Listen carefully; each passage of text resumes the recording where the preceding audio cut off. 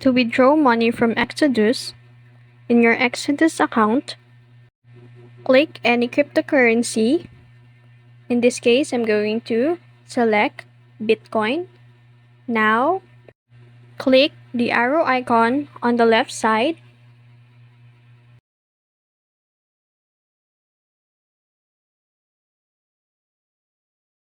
In here, you're going to paste your cryptocurrency wallet address. And just click continue to proceed for the transaction. And that's it. That's how you withdraw money from Exodus. If you found this video helpful, don't forget to like, share, and subscribe to the YouTube channel.